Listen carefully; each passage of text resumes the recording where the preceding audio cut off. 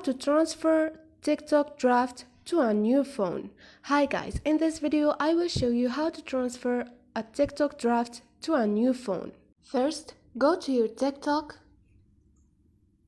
Now, go to your profile, click on draft and click on the video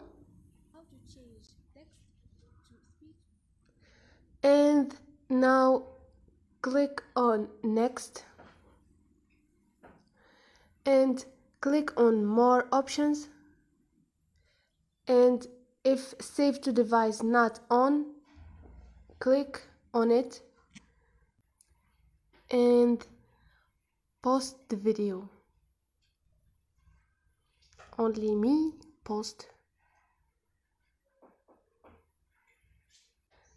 Now go to private icon, click on the video, click on those 3 points and click on save video, and the video will be saved on your phone and you can transfer the video to your new phone. So this is it guys. If you like the video, don't forget to subscribe and like.